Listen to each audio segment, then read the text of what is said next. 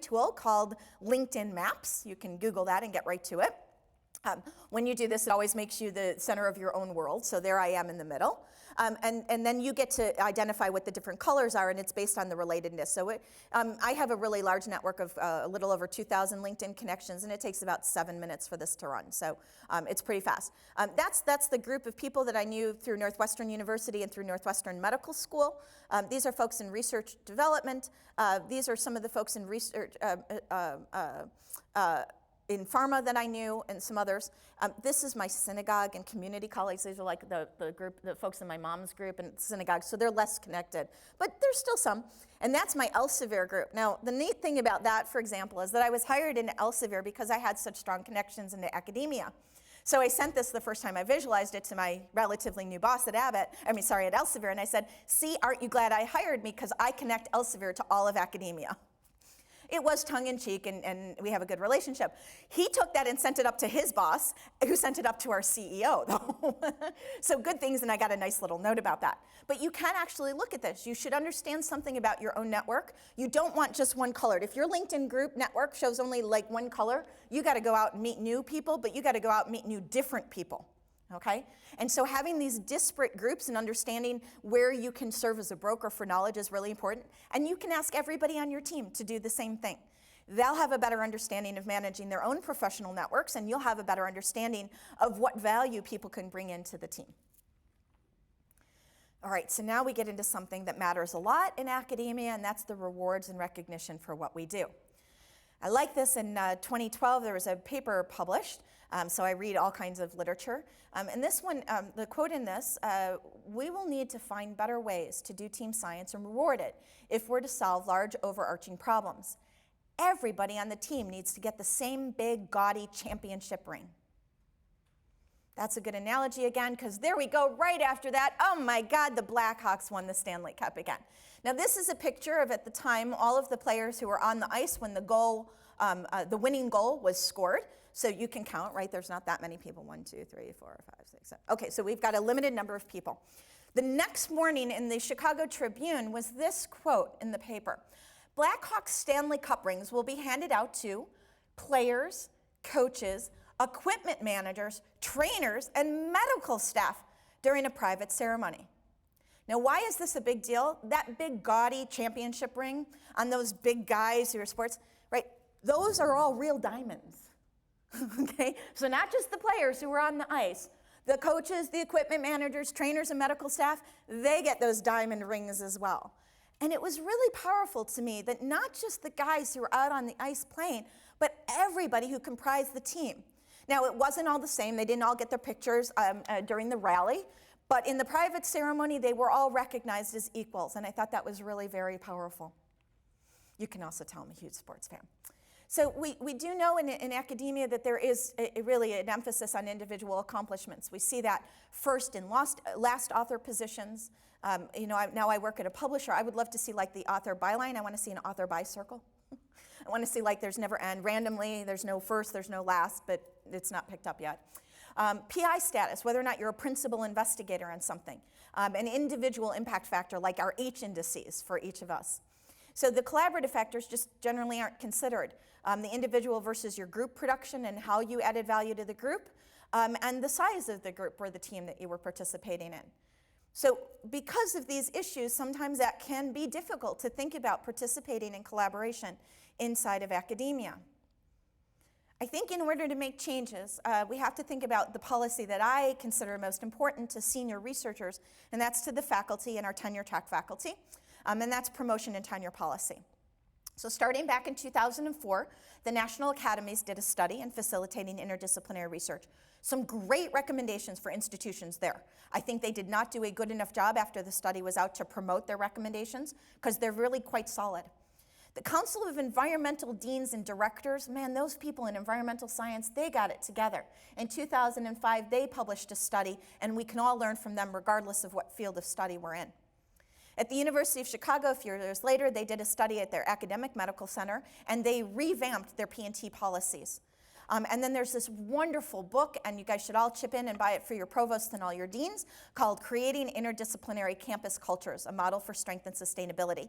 And then you should invite my very wonderful colleague and dear friend Julie Thompson-Klein at Wayne State University to come and talk about it with them. So she's doing some great stuff. So one of the things we wanted to understand, I was at Northwestern University at the time, and I wanted to do science, let's do an empirical study. And so I reached out to all of the NIH-funded CTSA institutions. It was a cohort of 60 academic medical centers in the US who'd all won this very prestigious NIH funding, so lots of money, top institutions, part of AAMC, AAU, APLU, so really strong consortia. Nobody was going to tell me it was a bad cohort. And I wrote to the faculty affairs directors and the deans of faculty affairs at the medical school, and then to the folks in similar positions in central administration. And I just asked the question, I'm interested to know if your institution's current APT, appointment, promotion, and tenure, policies or guidelines include any specific language regarding collaborations, collaborative activity, multi-interdisciplinary research, scholarship, and/or team science. Offered to share back whatever I got in raw form. Then we were going to deposit the policy language in the Team Science Toolkit, which I'll tell you more about. And the idea was to do a publishable analysis, which, by the way, with some really cool qualitative social scientists doing mixed methodology approaches that I don't know anything about. So we really wanted to have a policy through which this information was derived for processes, practices, and perceptions as well. Out of the 60 institutions, we received responses from 43 of them. Central administration and/or medical school. 33 institutions shared policy excerpts. And some of the others were no response, not applicable. And one that may surprise you, at least it did, it made me gasp out loud, and I actually said the words, "Oh no." This is somebody who responded very, very quickly to me. I will not name names or institution names. We had sent some Arkansas and University of Chicago language, and the Dean of Faculty Affairs at this medical school responded, "I would hesitate putting language like that in those other two universities' descriptions in our tenure track, clinical scholar, and clinician tracks, as doing so would lower the bar for promotion." And he felt so strong, he sent it to me in the same business day in which I'd asked for the information. Now, surprisingly, or maybe not so surprisingly, these guys were not ranked in the top 20 academic medical centers for research, and so I thought maybe they'd like to look up before they worry about where they're setting their own bar. But it did tell you that issues around collaboration and team science still are not necessarily something that people want to buy into at the institutional level. Now, if you're in the middle or just about to start a faculty search, a position for a faculty position, I will tell you which institution this is. So come and tell me so I can make sure you don't go there. Okay, so this gets us to issues of training for team science then. This is from a colleague of mine who's a social scientist, said a generation of scientists must be trained to both understand and embrace team science. So we can engage in graduate education to facilitate interdisciplinary collaboration. There's two approaches, thinking about individual competencies and then the development strategies that we can introduce in graduate training. What are the individual competencies that all of us and those intrapersonal skills that we need to develop? And then what specific graduate education strategies and learning experiences do we integrate into graduate education? Not as a separate, independent, standalone course, but throughout all of our graduate training. Now, we see this in medical training, it turns out, but it's more focused on patient care and teams for patient care, which is a great thing, but team research is slightly different. So we want to have that kind of implementation, but where graduate training is concerned. So at Northwestern, we wanted to put our money where the mouth was, or mouth where the money is. Anyway, we wanted to show that it could be done. So working with some learning experts and looking to the literature, we launched through our Masters of Science and Clinical Investigation program, a course in the fall of 2010. And it was for graduate students at multiple levels, master's and doctoral students, and those folks in medicine, so master's students and clinical fellows, so people who are already postdoctoral. So a large mix of people, and I did have senior clinical fellows as well as master's students. We did literature review and focused on the science of team science as a field, but then combined that with very practical guidance for these early career researchers. These were the topics that were covered in a 10-week course. What's nice about these is that they're pretty modular, and they could also be made into separate seminar series. They could be made into just individual courses. They could be plopped into a responsible conduct of research course, lots of flexibility. And if anybody's interested, I'm very happy to share the full syllabus with you. But in case you don't have time or the resources to develop your own course, we worried that that might be the case. And so when there was some ERA funding with my colleague Bonnie Spring at Northwestern University, we got a 2-year grant to build an online training tool for team science called teamscience.net. And it's an easy URL to remember because that's what it is, www.teamscience.net. And in it, you can see there's modules that allow you background in the science of team science. And then you'll find 3 active learning modules. One, where as a learner, you get to take the perspective of a senior researcher who's putting together a very large NIH U54 Cooperative Research Center. In this learning module, you get to take the perspective of a research development professional, the coach, working with researchers on a program project grant. And then finally, you get to take the perspective of an earlier career researcher working on a collaborative R01. Now, yes, these are focused more on the NIH. However, we made sure, and it was originally funded from the NIH, we made sure that they really could be adapted and that they were pertinent to people working even in the physical sciences and the arts and the humanities as well. You can do these, they're self-learning, they're self-paced. You can get into the system and out. Each of the learning modules takes 50 minutes from start to finish. The best part about our tool and the experience of building a collaborative team and getting a grant, 100% grant success rate in our tool. Every time you get the grant. If you do things wrong, we tell you what you did wrong and you get to do it. You can also do these in any order. You can do just one, you could do all 3. And if you do the pre and the post tests that are associated with all 3 modules and you finish them up, at the end we will give you a certificate. We needed that because the intramural training program at the NIH wanted to adopt this for all of their graduate students and postdocs within the intramural program, and they need to prove when students and fellows have accomplished things, and so we put in place the certificate program for them. In the end, I just want to tell you, and I like this, collaboration is a journey and not a destination. So it's not just something you engage in once. There's not a time that you do it. It's really the process by which you're going to be conducting research, and probably more frequently and more over the lifetime of your careers. So enjoy it and have fun. The other things you can do to stay connected with all of it is there's things like the Science of Team Science listserv. It's a really great community of practice where people looking constantly to connect the science of team science with the praxis of team science. It's managed by the NIH. You can attend the Science of Team Science conference, which is going to be located in Houston in August. I know that's like Baton Rouge in August, same difference. But we're going to be there. We'll be co-located with the Vivo conference, which is also focused on a lot of open access issues. You can go, the NIH has something called the Team Science Toolkit, which is a wonderful resource. That has information not just about tools, there's bibliography, there's measures, but you can also get more information about other experts in this area. And you can contribute. If you've got resources that you'd like to share with the team science community, you can do that as well. And there's my contact information, and I'm happy to say we have the reception, so I will absolutely not be going anywhere until that's over. And you can contact me if you have any other questions as well. Thank you so much for your time.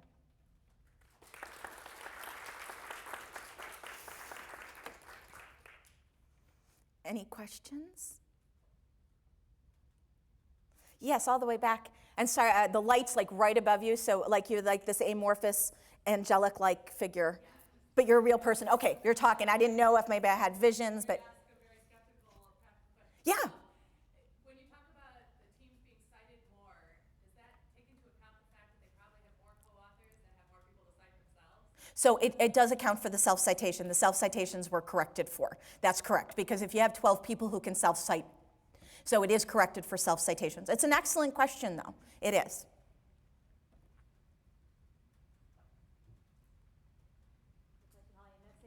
Yeah, Kat. For multiple research projects within these centers, which would also increase the chances? Well, sure, right? So there's more people, and it's also about how you're disseminating research, but that's really it, right? If our goal as researchers is to discover new things, to work on applying that new knowledge to solve problems, then we want to be able to share that. And so the structures that enable that to happen really do benefit science, and they benefit scientists, because promotion and tenure and advancement, even outside of academia, are based on the recognition of our accomplishments. So it's not just enough to do it, you have to do it and other people have to recognize that you did it. So any structure that helps to enable that better is going to be better for us. A lot of the